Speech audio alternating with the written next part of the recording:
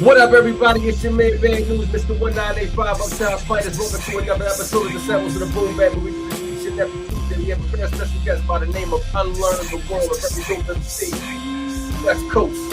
What up, bro? What's up, guys? Chilling. Yo, welcome to another episode. I'm your man, Herrick, second half of Disciples of the Boom Bap. Like News said, we got a special guest, Unlearn the World. What's going on with you this evening, sir? I am chilling, brothers. Thank y'all for having me. Glad to be here. Glad to reconnect with you, News. And glad to meet you, Harris. Let's get into it. You know what I'm saying? I love the new format. You know what I'm saying? And you got the graphics popping. It's a full-on production. We came a long way from IG, baby. Hey, you ain't never lied. You ain't never lied, cuz. You know what I'm saying? Long way from IG. Yes, we on some other stuff. That's what's up. Appreciate the compliment, man. Definitely. Indeed. Definitely. So listen, let the people know where you're from and let the people know how long you've been rhyming and how long you've been into the situation of this music. Oh, man. I mean, my whole life, damn near, you know what I'm saying? Like, you know, born and raised Washington Heights, Uptown. For those who don't know, Washington Heights, right above Harlem, New York, born and raised, 80s baby, 90s raised, all of that. Grew up in the golden era, you know what I'm saying? Raucous Records era, Loud Records era, Rough Rider era, mixtape era, all of that. You know what I'm saying? That was my come up. That was my formative years, so to speak, my coming of age. You feel me? And then from there, just kind of moving and grooving through the whole music industry, but mainly hip hop culture. And then around 2003, met a girl, moved out to California, had a whole family. You know what I'm saying? We're still doing the music thing, but working a 9 to 5 because music ain't paying shit. And you know, finally got really tired of that after a while, and then really started to make the move into arts education, right? Using all the skills that I learned as an artist, all the skills that I learned and things that I learned in the music industry, and started to apply them to like teaching kids and serving as a mentor. And that kind of gave me a new trajectory, so to speak. So, you know what I'm saying? What I do presently now is, aside from rapping at a high level and at a high clip, I also, you know, am an arts educator, and I run a whole hip hop nonprofit based out of Oakland, California called Hip Hop for Change. And I lecture around the country and around the world about hip hop history, about hip hop being a form of healthy self-expression, personal growth and wellness, you know, and artist development. We do a lot of things as an organization. We've been around 13 years. I've been around with the organization since 2018. I was the education director. And as of January, that would be my 3rd year as executive director. So I now run the organization. Beautiful. Oh, that's dope, man. That's dope. So do you go for it? Go ahead, Harris. Go ahead. No, I said, do you feel like this is a little bit more fulfilling for you opposed to the music, or it's just like, you know, in between? Or you think eventually if you do start rapping, you'll probably make this like a full-fledged type of situation? Well, it is a full-fledged situation. I mean, this is, you know what I'm saying? This plus music is what's paying my bills. I get paid to be me, which is a very luxurious thing when we think about it. You know what I'm saying? Not too many of us, especially Black and brown folks, we don't get paid to be ourselves. In fact, we get financially incentivized not to. You know what I mean? In many cases and in many circles, you know, or we get financially incentivized to be a version of ourselves culturally and personally that doesn't necessarily align with our values. So that's a whole other conversation. But for me, I think the move over the last few years has really to integrate everything, right? I know too many teaching artists who came up in hip hop, who love the culture, who got degrees or got a job in education, and they keep their world super separate. Nobody knows they rap on the side. Nobody knows they a beat maker. Nobody knows they break dance. They do all of that like as an alias. Like they put the Clark Kent glasses on and they go to the school, or they go to the day, you know, the Boys and Girls Club, wherever they work, and they keep the world separate because they feel like that's the best way to be professional. Where I think I'm in a unique position where I'm actively trying to integrate more and more, right? The more I am in arts education and the more that I do stuff with the nonprofit, that all is in lockstep and is in favor of my brand as an artist. And it's always been my brand. My artist name is Unlearn the World. So why not be an educator, especially in this messed up education climate that we're in? Like that to me is the challenge. And I think that the more I continue both in both worlds. More I continue to put out music, but just as much as I try to expand the nonprofit, as I try to do more educational work, I think it just kind of reinforces the entire brand that is Unlearn the World at the end of the day. Can you tell us where people can maybe donate to your foundation and the website? Yeah, certainly. So, you know, you have the website up on the screen. You can hit that donate link and you can do a one-time donation, or you could be a recurring donor. Your money is going to not only help younger artists, but it also pays for free programming in schools, for those schools in East Oakland and in parts of LA that can't afford arts education. We're there to provide free arts education, to compensate artists for coming into the classroom and serving as mentors. We also train local artists to be educators. So you're being trained in dynamic mindfulness, trauma-informed care, restorative justice practices, on top of you specializing in your craft and showing the world what you're about as an artist and as an expressive creative.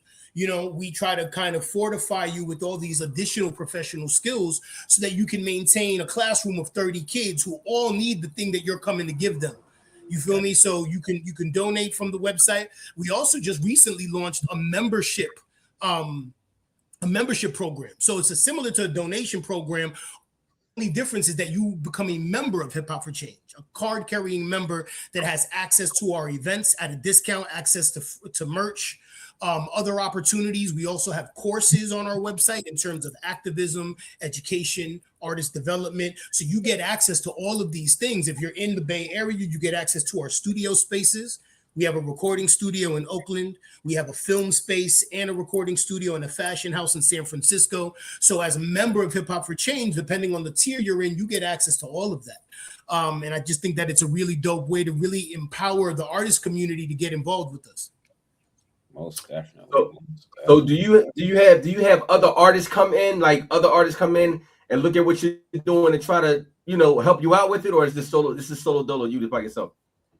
No, I mean, we have a team. I think at the high end, we had about 15 hip hop educators that I trained personally all throughout the country. Okay. You know, our main thing is obviously Oakland. So that's Oakland and San Francisco, Bay Area. But then we have a team in LA. I was just having conversations this morning about building up a team in Houston. You know, we're starting to make inroads in New York City. So we got like our vendor ID in New York City Board of Ed. I have a couple of educators out there who do a lot of work in terms of one-off workshops and things of that nature. So we're continuing to expand. The whole goal is to make this a national recognized organization, because hip hop education work is a national movement, right? A lot of people in the culture are on the kind of like the periphery of it, right? When we look at Drink Champs or some of these other platforms, you're never seeing or getting interviews from hip hop educators. You're only getting the artist, you're getting the producer, you're getting the legacy act with the cool ass stories of being in an elevator with Tupac, or, you know, what Big said before he died. Like, you're always getting that, but you're not getting like the average Joe MC who grew up in the culture and is just as nice as some of your favorite MCs who made the choice of saying, I'm going to teach youth. You know, and I think with the music industry, we often lose sight of how important it is to have that intergenerational communication, that whole each one teach one methodology that's been embedded in hip hop since day one. You know, we lose sight of the cultural aspect of this culture because everybody trying to get a brand deal and everybody trying to get a bag. So we're just trying to restore what's already been there from its inception and create the community-based counter narrative to what the music industry will have you believe hip hop is, right? But people like yourselves and myself, we on a frequency where we know that hip hop is so much larger than the music that we see, and it's actually a vehicle to change your entire life and to create your reality. That's very, very, very much so. Very much so. So I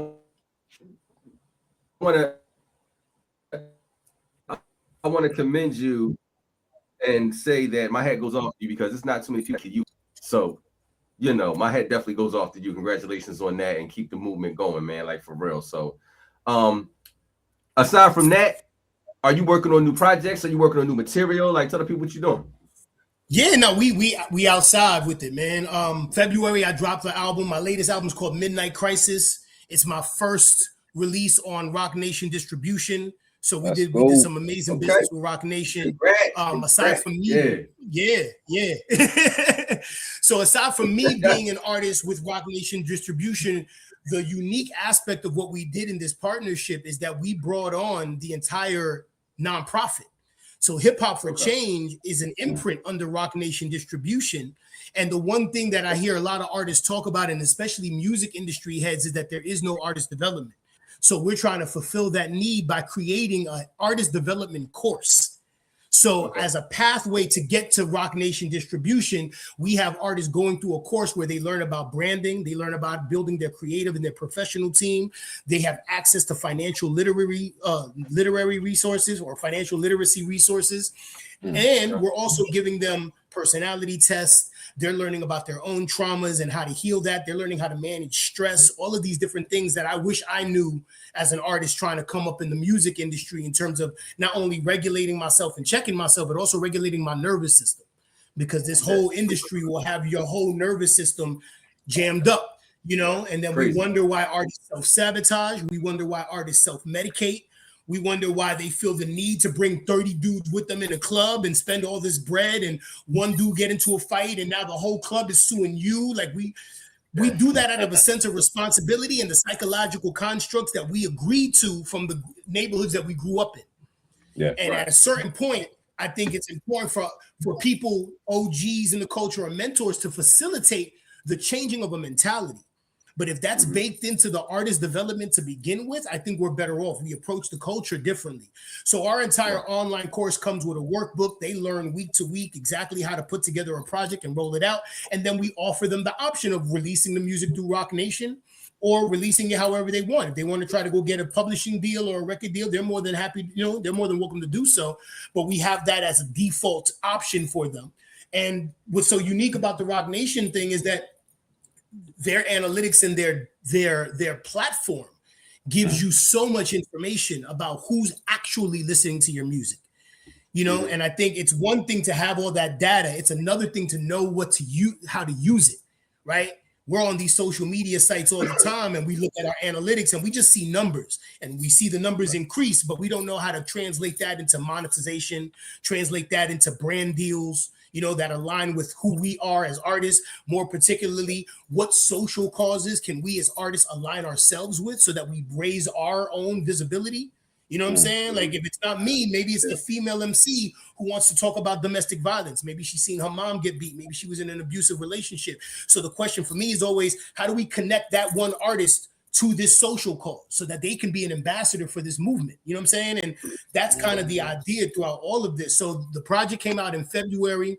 It debuted at number 8 on iTunes. I was really happy about that because I literally saw my album cover right above Cardi B and right below Jay-Z's Blueprint and Tupac's greatest hits.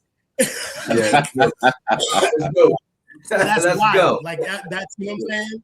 You know, like the child in me, the childhood MC in me saw that and did a cartwheel. You know what I'm saying? So it was very fulfilling, and we're going to spin the block on it. So we're doing a deluxe that we're working on right now. I just finished working on 2 new songs. I'm probably going to add another 6 to the entire body of work.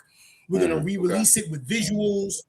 You know, we got a cool situation in a partnership with Tidal. So for those who want to stream my music, I don't advise people streaming my music on Spotify. I advise them to go to either Apple Music or Tidal. Right? You can not only get access to the album, but you get access to an extra song which features Styles P on it. You get access to all the exclusive records that I'm sending or I'm just playing around with and I'm uploading.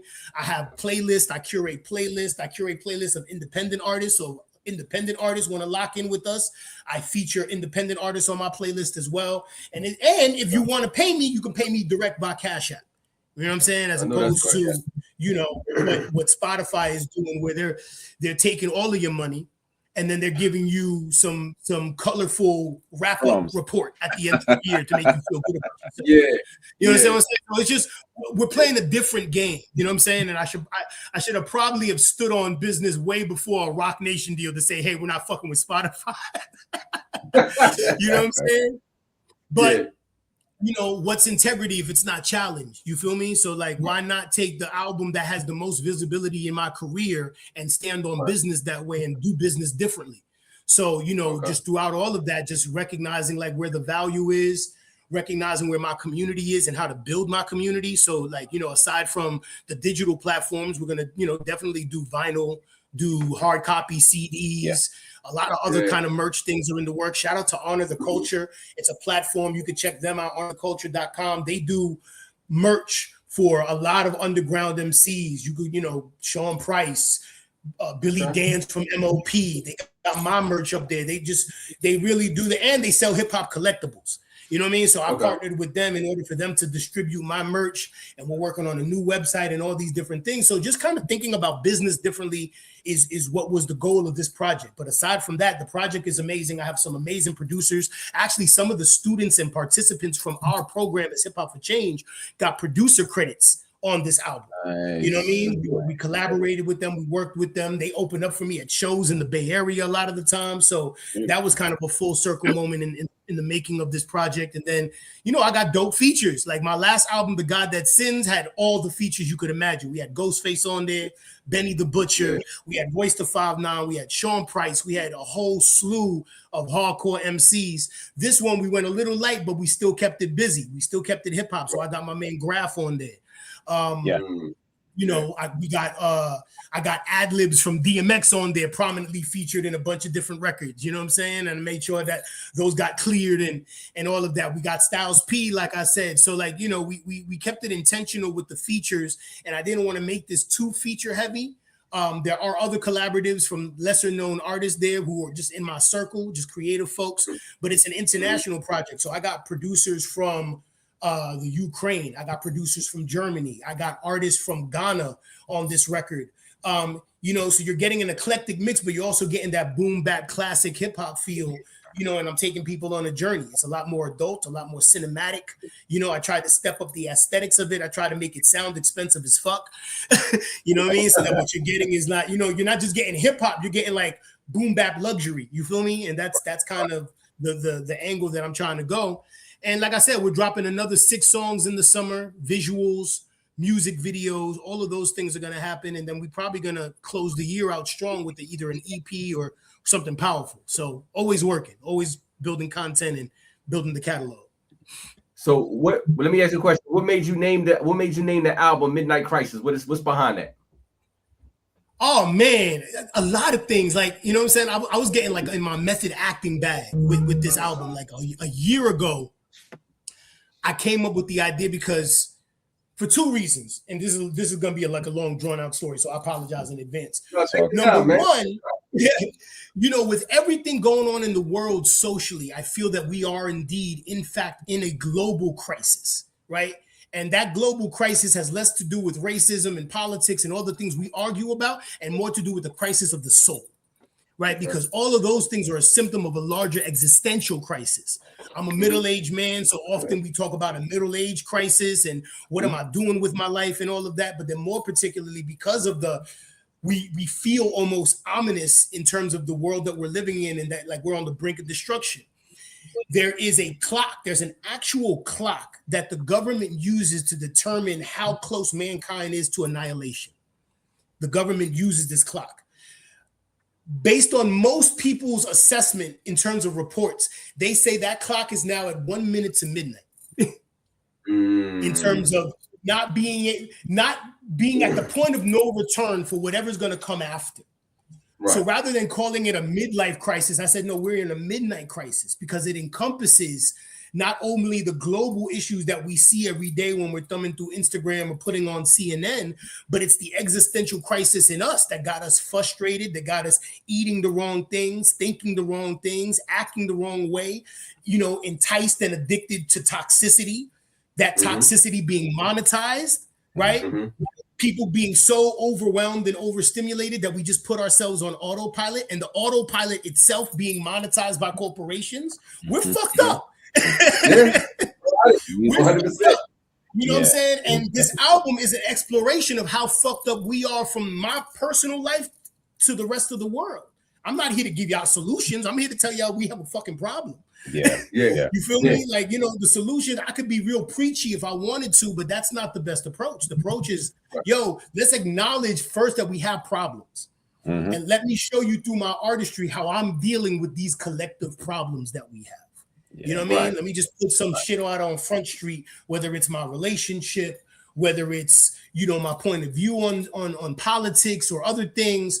You know, let's really get into it and talk about it. You know what I'm saying? So that's the entire concept of the album. And like when I go back into the method acting bag, I literally sat in my living room listening to all the beats for the album with a blue LED light on, similar to Harris, what you got in the background. I just sat on my couch with that whole vibe for a year working on this album. Just you feel me? Which is why the album cover looks the way it is. You know, I'm in a North African Muslim garb. I'm smoking. That's what I do. That's my vibe. You know, so I wanted to just kind of reflect all of that, all these aspects of my personality you can find on this album. Got you. Hey, yeah, I was definitely about to ask. I was definitely about to ask you what was the difference between this particular album, the God That Sins, opposed to the next one, but you definitely clarified.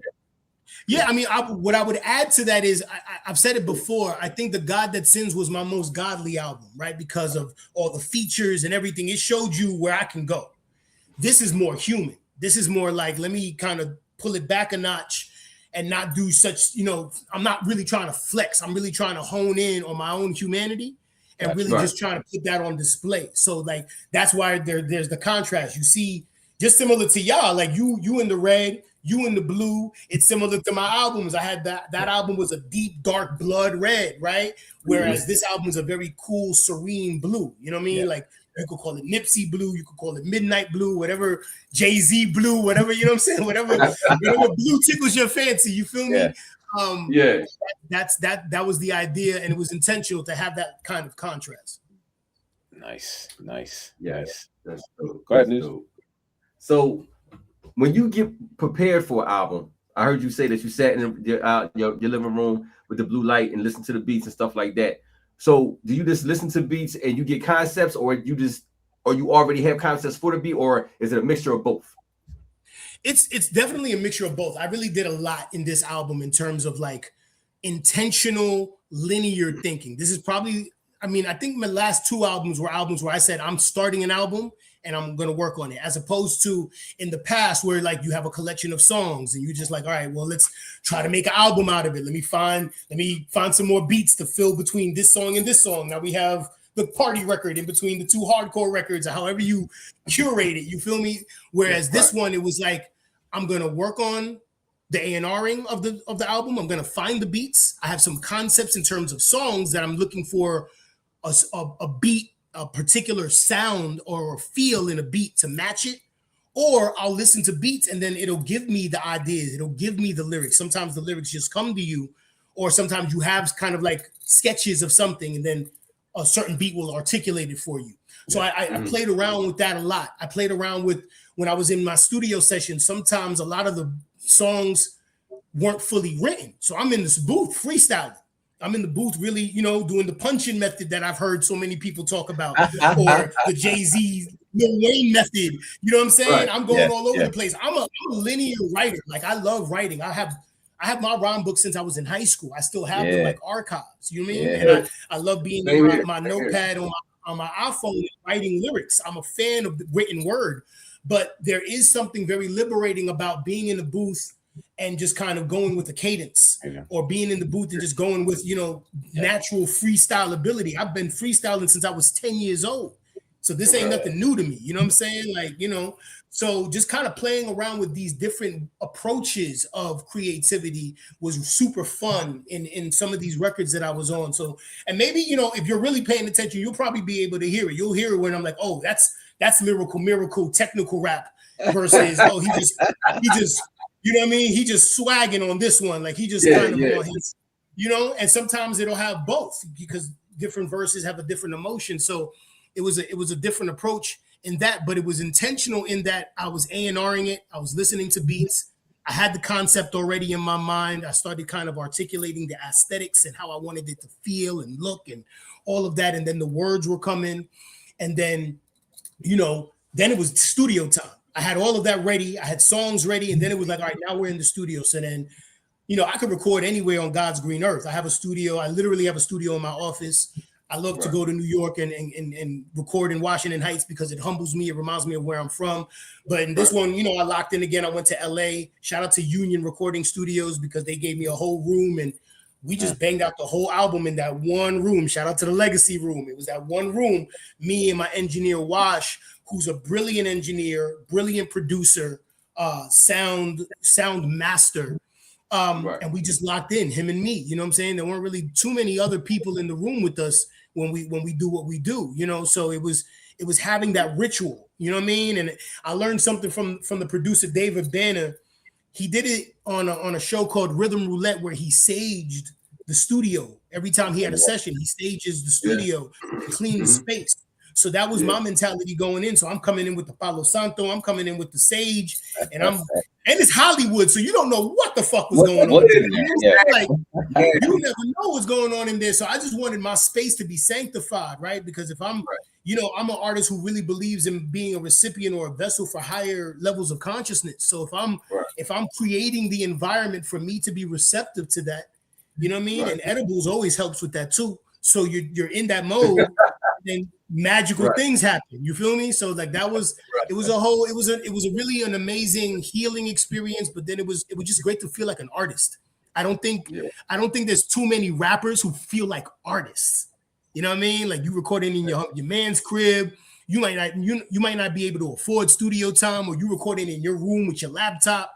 Yeah. You mastered Pro Tools or Cubase or whatever cracked version of Fruity Loops you got. Like everybody does that, you know what I'm saying? And like we build our offices and we build our studios but for me it was like, yo, let me be expensive with this. Let me spend money getting on a flight, going to LA, getting in a studio in Hollywood, staying in a hotel, vibing with my people there, going to industry parties. Like I've done that for the last 3 albums, and the last 3 albums I would argue are the best albums I've ever created because I allowed myself to go on those artist vacations. You know what I mean? Right. And if there's one thing I could recommend for any artist who's doing their work, it's dope to be in your house and record. I've done most of my recording career has been in my house recording myself. You know what I'm saying? Recording myself, doing podcasts and all of that. I would want every artist to at least save up some money and say, you know what, for 3-4 days, I'm going to be the artist that I want to be. Mm-hmm. There you go. You know what I'm saying? Exactly. Like I'm going to be the artist. If Def Jam gave me the budget, this is what I would do. Let me give myself the budget and do that same thing. It don't got to be for a whole album. It could be for 3 songs. Yeah. Right. But I promise you, those are going to be the best 3 songs you would have ever created. And now you know why. Because you allowed yourself to be in the space to be fully yourself. Yeah. Not the dad version of you, not the husband version of you, not the bus driver version of you, or whatever your day job is. You allowing yourself to be, I am whatever artist name I am, this is who I am. And when you're coming from that level of authenticity within yourself, it changes the entire way you approach music. Yeah, that's dope. That's dope. So let me go ahead, Harry. No, I was about to say, just piggybacking off of that, I just wanted to have a little segment, a little break to let the people see you get a little busy. I got a little clip. There you go. How you get down. Pretty grown, passport stands for all the jetties flown. Pretty grown. My inner war documentary on video. My baby texting me pictures with her titty shown. Woo. My Messiah complex is God bless. I had a stage, I did a show, they called a bomb threat. I had it then, I got it now, and I got next. Head above water, I'm the monster in the Loch Ness. Only running my route, fuck around and find out. New York City, my home, I treat the Bay like my hideout. Years ago, I was in the hole, I had to climb out. I was in the red, back to black, Amy Winehouse. Make them call a timeout. 3 seconds left, hit the buzzer beater. Leave the arena with a diva, don't even sign out. I take your top 5 list, I cover it with whiteout. They too busy coming up with shit to lie about. Word of the Timberland stamps on my boots. I'ma pull all these industry plants from day roots. The young boys who turn your block into Beirut. They travel in the hood to hood, they only eat, pray, shoot. Listen, we took the King's English and made a remix. Years later, we make the politicians squeamish.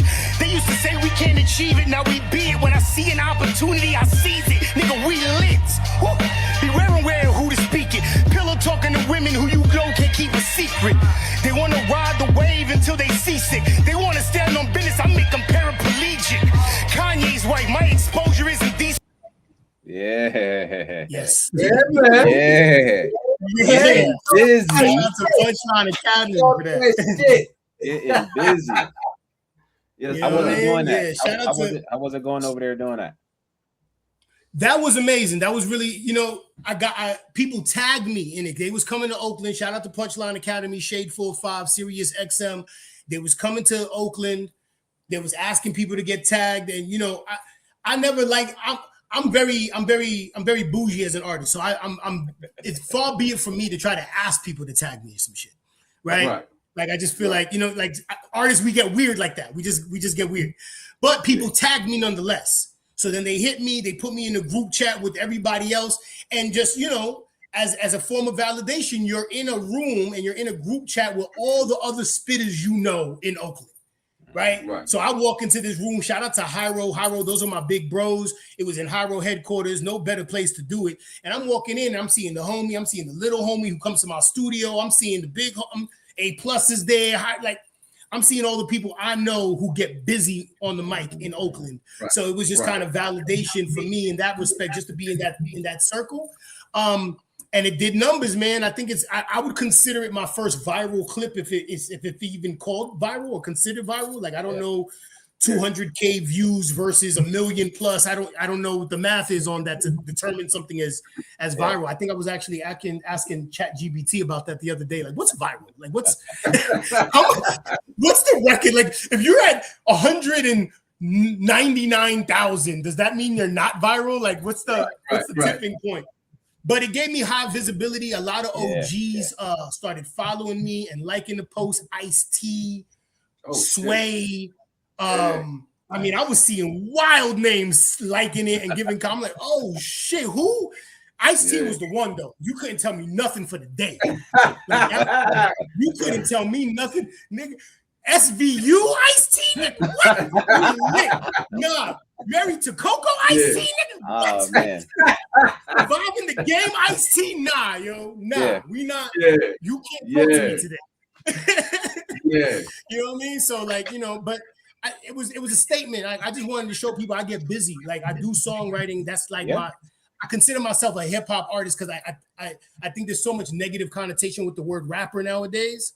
And MC seems to be like a lost term. When you say MC, they think you from like the 80s and you want to rap like Run DMC. Right. Let me say this. There is a difference between an MC and a rapper, and people need to understand that, man. No, 100%. You're 100% right? But because of how antiquated people have associated the term MC versus rapper, and rapper now being almost synonymous with the N-word in many circles, right? When a rapper, when King Von gets shot in a club in Atlanta, they say rapper when they really mean nigga. You know what I'm saying? When some rapper does some toxic bullshit, they call him a rapper first. They don't call him an MC. You know what I'm saying? If KRS One went and punched the woman in the face, they're gonna call him a rapper. They're not gonna call him an MC. And that's KRS One. As hard as he's tried, I doubt that he would ever. But you understand the point that I'm making. I like to just kind of be a little bit more nuanced and extra. So I call myself a hip hop artist because what I do in terms of my form of creativity is always rooted in hip hop culture. Whether I'm making a beat, whether I'm teaching a class, whether I'm spitting 1,000 bars at niggas, like it's always gonna be in the honor and in the name of hip hop. So I call myself a hip hop artist. But I wanted to show people on this rap, when it comes to this rapping, I can do. Exactly. So shout out to Punchline Academy again. So with this album, did you have any pressure as opposed to the other albums because it was under Roc Nation? And if you don't mind telling the people, how did that become about with the Roc Nation distribution situation do? Yeah, so I put pressure on myself. Okay. I think the entire pursuit of the Roc Nation situation was to give myself the catalyst to take myself even more seriously than I already take myself. So I was already kind of in the system because Roc Nation distribution used to be called EQ. EQ distro. So I had access to that platform, and they were starting to rebrand it. And I said, this will be the perfect time to offer them this idea that I have of partnering with a hip hop based nonprofit to do artist development work. So, I made my wiggles. I got to the office. I offered, I met with Rel Carter, who's Jay-Z's nephew. his whole team, his whole artist relations team. I gave them the idea. I told them, like, look, this is what I'm trying to do. Not only am I an artist, that's cool, but that's not what I'm here for. Because I could produce, I could distribute my music anywhere on God's green earth. It doesn't matter for me, right? Yeah. Right. But this matters for what the movement is. And the movement is hip hop for change. And the movement is taking artists from the next generation and giving them the tools and the resources that I didn't have when I was 19 and 20 years old trying to figure shit out. You know what I'm saying? Right. Let's give them that. So when I pitched them the idea, I seen their eyes perk up and they said, we got you. Like, whatever access you need, you want us to come and speak to them. You want us to come on panels. You want us to vibe with us. You want us to help them analyze their analytics. We can do that for them. You know what I'm saying? So I said, okay, cool. That will be the partnership. And more particularly for anybody who buys my album, a portion of the proceeds goes back to the organization. It don't even go to me. Like, this isn't the album for me to get rich off of and start buying Bentleys and stunting on niggas. It's really about how do I show a proof of concept of how a hip hop artist can be a social enterprise and actually do things for the culture within the culture. I didn't want to get signed by Atlantic because Atlantic, they sign the culture, but they're not the culture. Yeah, they're a record label. And record labels come with capitalism. Record labels come with white supremacy. Record labels come with tech bros. You know what I'm saying? You name it, they claim it. Yeah. I didn't want to do the universal situation. I didn't want to do any of the funny, goofy shit that record labels have been known to do. I wanted to go with something that's been cultural. You know what I'm saying? I grew up in the era of Jay-Z.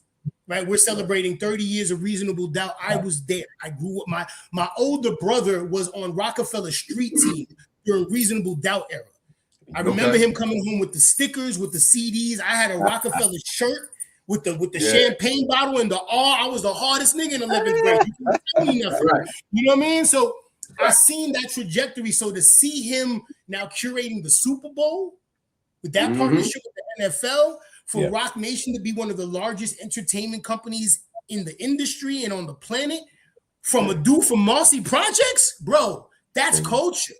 Yeah, that's the remix culture of hip hop music, right? So whether it was Roc Nation, Revolt, like some of these platforms that we know come from culture, that's who I wanted to align with more so than getting just like a regular record deal. So for me, that was the key. You know what I'm saying? So shout out to them for believing in the vision of what I was trying to do. And we're going to work on a youth album. We're going to start curating that and putting that out so that, our youth can be given more exposure, more resources, more game. And we're just going to keep trying to run it up. Nice. Okay. Nice. That's dope. That's real dope. So I got, go ahead. Go ahead. I was just about to ask, how did this particular single come about? Were you guys in the studio? Did somebody link up with you to get the feature? Did you ask for it? Or? Shout out to Ab, because me and Ab know a lot of mutual people. Because I've been going down to LA for the last 4 years, right? Just trying to work on music and making my wiggles out there, and really tapping in with the underground LA hip hop scene, right? Right. And for an East Coast dude, we hear about LA often like, oh, you can't go to certain hoods and whatever the case is. And some of that may be true if you're trying to do hood rat shit with your friend. Like if you're trying to do that, then you may not want to be in certain areas wearing certain hats and being affiliated with certain people. I'm about hip hop. It's about music. So meeting mutual people and having mutual friends is like, okay, can you, first for me, when it comes to any feature, it's about having the record. You know what I'm saying? For me, it's always like, so for me, like whether it was Sky Zoo or Nems or Benny or anybody I've ever gotten on a record, I had the record first. And I thought, and I'm playing A&R in my head, and I'm like, this needs a Benny verse.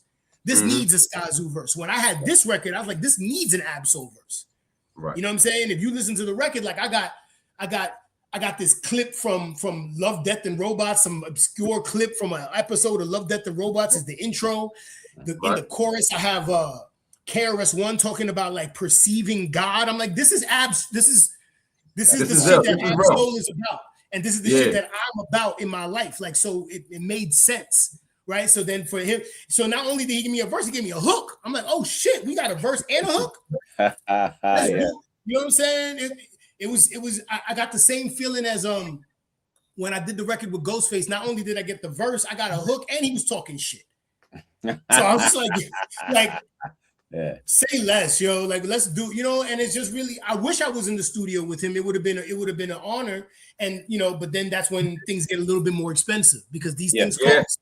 Not make no mistake about it. You know, if you are an underground artist who doesn't have a viral degree of motion, you're gonna have to pay. Like that's just like music industry 101. Don't think any of this shit is free. Don't think these dudes is keying with each other because they like each other. That's not. They're creating cultural moments because they paid for cultural moments. Yeah, we're not doing that on a 3-day weekend. Exactly. I could only pay for the verse. I couldn't pay for the music video and all the extra shit that would go, which would solidify. I mean, it's an investment. It would solidify things, right? Yeah. You see me with Absol, you see me with any of these people, I'd be out of here. But then it's like, well, how do you keep that going, right? Because then you got to pay for all of that, and that's not even the marketing. Because now it's like, if I got a whole ass Absol record or any artist, and I got a whole ass video, how am I getting it on BET? How am I getting it on these platforms or outlets? Who's gonna know about it? How am I getting it to terrestrial radio? Right? I mean, before you blink, you're spending $100,000 on an underground rap record. I'm cool. Yeah. You know what I'm saying? Salute, shout out for the verse. Thank you. I'll do my little 90-second reel of my verse and like, let's get out of here. Like, you know what I mean? We're rolling on a budget out here, but I think the record is super dope. Shout out to Absol again, you know, and I think we just did the damn thing. Nice. So when you did it, when you reached out to him for the record, did you know him beforehand, or did you just create a relationship with him through the record? Through the record, really, and it's through mutual people because, you know, what artists don't know often is the price of the verse depends on who comes to them with the opportunity, right? If it's random homeboy who says, yo, I got money to get you for a verse, and he's not really locked in with homeboy, he gonna give homeboy a different price than his partner who comes and says, yo, my man, I vouch for him, whatever the case is. So I got that. You know what I'm saying? Relationships is better than money in many cases, but money and relationships, you do well. You understand? So for me, it was about like, all right, well, who do I know and who have I developed enough of a trust equity with to make this play happen? You know what I'm saying? Hey, this is what we're trying to do, whatever the case is. If I came to them on some middleman business type thing, it probably wouldn't have happened. But I spent 2-3 years developing relationships with certain people, not with the expectation of, oh, I want to get a feature. It was just, oh, I know these people and I've locked in with them enough for them to trust me and what I do and respect me as an artist.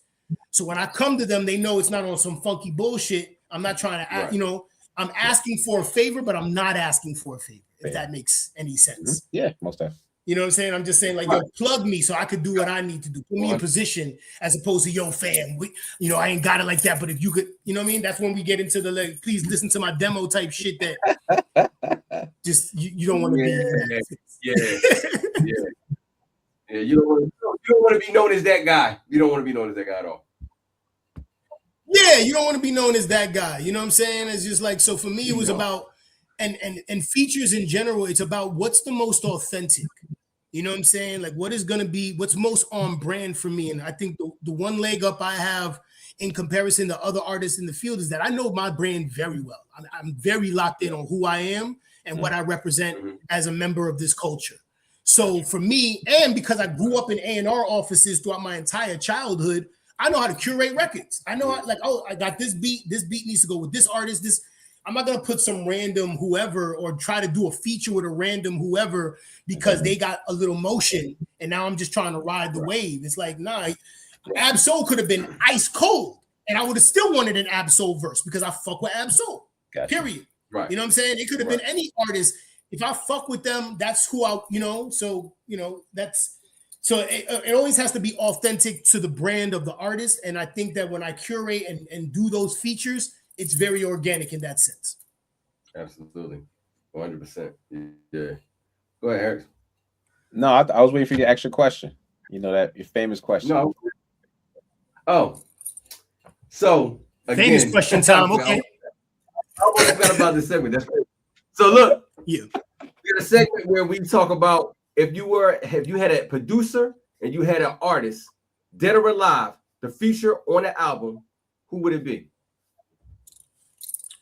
It has to be hip hop. No, it could be whoever you want. Whoever you want. Okay. I think in this current era, I mean, the child in me wants a Biggie Smalls and a DJ Premier beat, right? That I need that just for life, just for the culture. I think right now I would take. I want to say Tupac. No. I want to say Tupac, but Tupac is hit or miss, right? Like, I mean, it's a whole other conversation in terms of his catalog and how well it's aged. We could do that, but I think right now I would still want a Biggie verse and Pusha T, Biggie and Pusha T on the same record. Okay. With maybe Conductor producing. Stupid. Okay. He's talking your language, Aaron.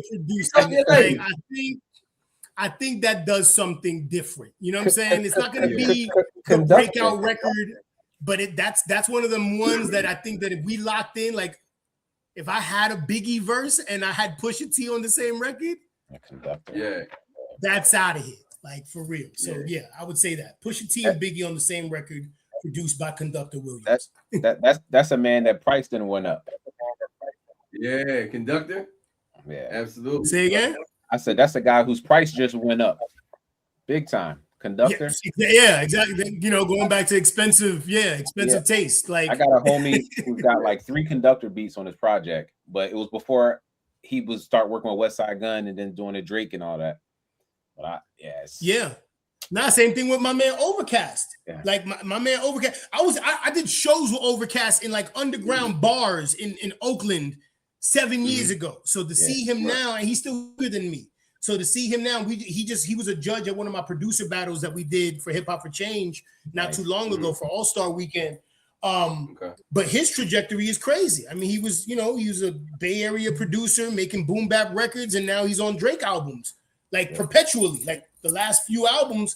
So it's amazing when you see those kind of, especially boom bap or like that classic hip hop sound, for it to be at that elevated level. That to me is a win, right? Because things kind of went awry in one degree or another. And now they're coming back to something that's more, what I would like to say, if you 40 and up, you really happy about how hip hop kind of turned the corner back to some shit that we really appreciate. Absolutely, man. You need some of the top tier artists to like kind of like validate it and use it. Yeah. Like it's always been good, but they just got to be like, yo, what's good? And then everybody will gravitate. Exactly. And I think it took, I would argue that it took the battle of 2024 for that to kind of change full circle, for people to want to hear substance in their lyrics. I think that entire battle became an indictment against corporately co-opted hip hop and the just kind of the contrived version of hip hop that we're often shoved into our face. And we're like, oh yeah, this is hot because we heard it 50,000 times because you paid a DJ to play it, as opposed to like Flex dropping a bomb on it because it's undeniable heat. You mean like having those cultural moments. So I think that whole battle shifted the paradigm to where people not only want to hear lyrics, they want to hear substance, they want to hear culture, right? And that kind of just broadens the scope. So yeah, we may still not make top 40, but we're still making noise within the culture. And I think that that's important. As long as we're making noise in the culture, I don't give a fuck about no top 40. You know what I mean? Like top 40. I was about to say top 40 don't fucking matter. This is the culture, man. This is what we built. We always do here. Exactly. And I think we get too swept up in these numbers because of the dopamine release, bro. Like it's really, you know what I mean? Like the dopamine dealer has replaced the crack dealer in our country. Absolutely. You know what I mean? Like that's which is why you see all these ex-hustlers with podcasts. It's because they know how to sell dope. They know how to sell toxicity. They know how to sell dysfunction. And we eat it up because we've been sold it to ourselves as if that is the most authentic form of black and brown expression. Mm-hmm. You know what I'm saying? Some of the base aspect of our human nature is now labeled as of the culture. and it's been monetized because people are getting a bag from it. And these are things that we have to kind of start to kind of question and interrogate, but that's within ourselves. That's, you know, we have to have that little come to Jesus meeting ourselves and really talk amongst ourselves about it before we make it publicly. You know what I'm saying? I can't do what D1 does and just malign a Meek Mill or a Rick Ross for what they like. I love these brothers. You know what I'm saying? These are young millionaires who got it out the motherfucking mud, and they nice. Yeah. You know what I'm saying? And you can't come for people like that and you don't got a record to give the culture. I'm sorry.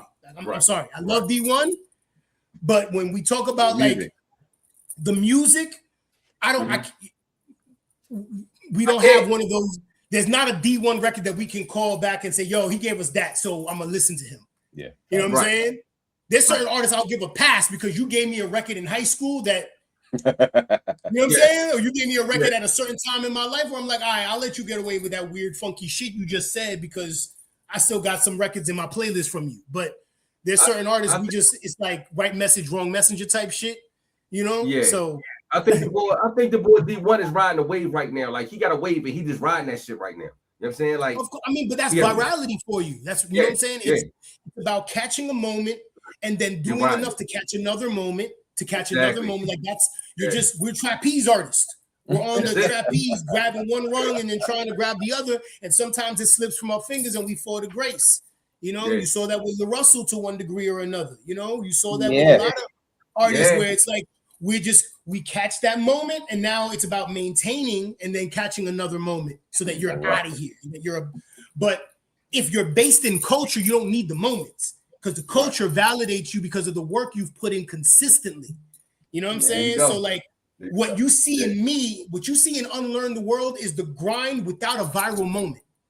I have no breakout record. I have no viral moment, but I'm still nice as fuck. I can out-rap 95% of the landscape.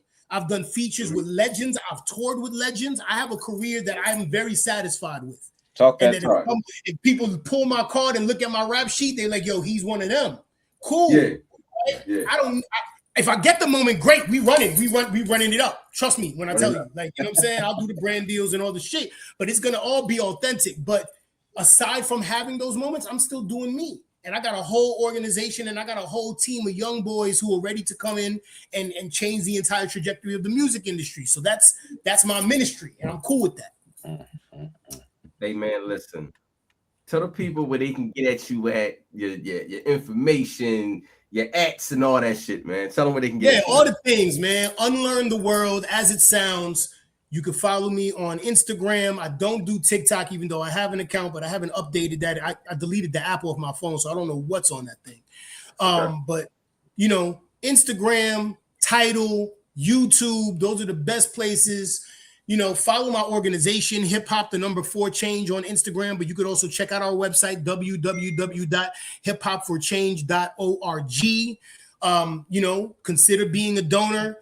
Tap in with us, see how you can get involved wherever you are in the country. We want volunteers. We want people to join the movement, you know, and just keep looking out for new music, new visuals, you know, courses, motivational talks, all the things, man. I'm just really trying to elevate the culture. I think every rapper says that, you know, but I'm really trying to do it in a way that makes us more dependent on ourselves as opposed to corporations and late stage capitalism that's fucking up everything on earth. Yeah. Hey man, listen, look, I appreciate you, bro, for taking time out your busy schedule, stopping past the show. I called you. You was like, no problem, as usual, and I appreciate that. Thank you, man. And listen, I wish you well in all your endeavors. If you ever need anything from me, feel free to reach out. I'm there. Everybody, this is Unlearn the World, man. Yeah, give it up for one time, man, for sure, definitely. Appreciate y'all, brothers. Y'all doing a great thing here, man. Keep it up. God bless. The whole rebrand, crazy. You know what I'm saying? You responsible for this, Harris? I don't know. Like, it's a collaborative effort, bro. I love it. Oh no! Why I can't be half responsible for this shit? Like, come on, man. Damn. I don't know. Last time I was on, it was just the IG, and then now Harris is here. We got. Hey, listen. Let me say this. Harris was with us. He was just off that day. But me and him connected. We came together and we did this. You know what I'm saying? Nah, well, kudos to y'all brothers both. Y'all got a good chemistry going. I'm gonna make sure to do whatever I can to amplify y'all, because many hands makes for light work, and y'all doing the right shit. So salute. Most definitely, I appreciate it. We appreciate it, man. And we, like I said, you know what I'm saying? Hey, listen. Welcome to it. This is another episode of the Steples of the Boom Bap. Like we said, go check our man, Unlearn the World. Now, this is what he does. A pillar in hip hop. We thank him for coming through. My man, Harry. Bad news. We get at y'all next week. You know what I'm saying? And we out this joint. Peace. Yeah, peace.